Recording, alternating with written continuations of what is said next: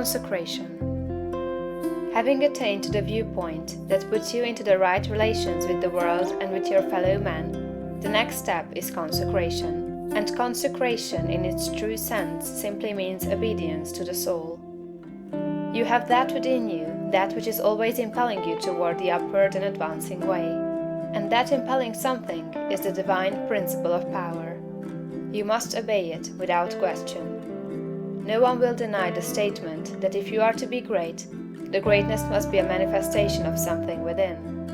Nor can you question that this something must be the very greatest and highest that is within. It is not the mind, or the intellect, or the reason. You cannot be great if you go no farther back for principle than to your reasoning power.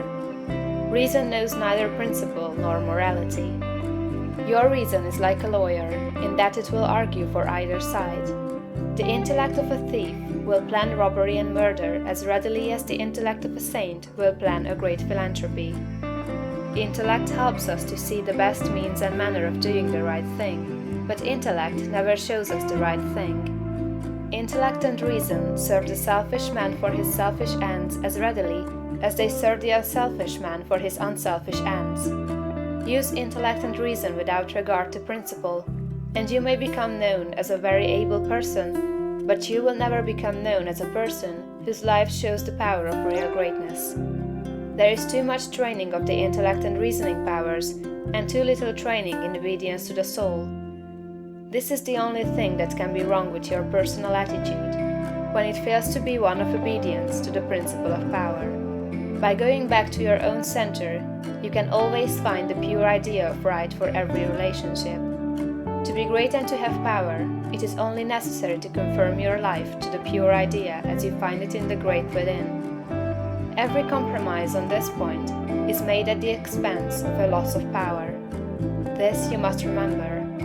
There are many ideas in your mind that you have outgrown, and which, from force of habit, you still permit to dictate the actions of your life. Cease all this. Abandon everything you have outgrown.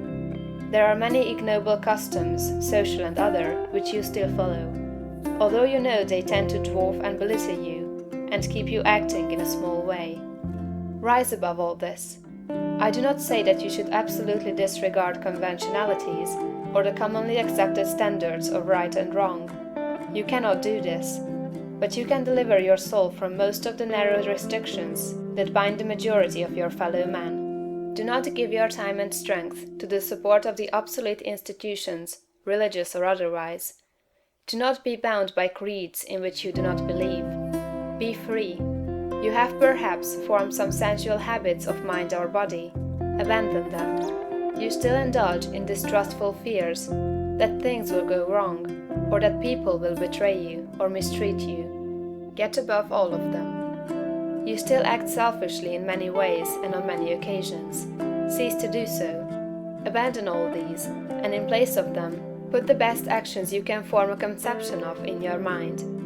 If you desire to advance, and you are not doing so, remember that it can be only because your thought is better than your practice. You must do as well as you think. Let your thoughts be ruled by principle, and then live up to your thoughts. Let your attitude in business, in politics, in neighborhood affairs, and in your own home be the expression of the best thoughts you can think.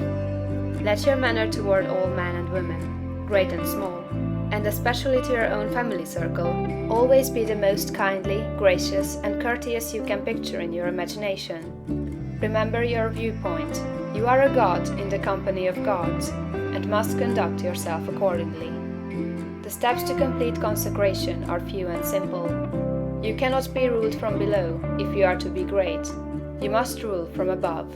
Therefore, you cannot be governed by physical impulses. You must bring your body into subjection to the mind. But your mind, without principle, may lead you into selfishness and immoral ways. You must put the mind into subjection to the soul, and your soul is limited by the boundaries of your knowledge. You must put it into subjection to that our soul which needs no searching of the understanding, but before whose eye all things are spread. That constitutes consecration. Say, I surrender my body to be ruled by my mind. I surrender my mind to be governed by my soul, and I surrender my soul to the guidance of God. Make this consecration complete and thorough, and you have taken the second great step in the way of greatness and power. End of chapter 8.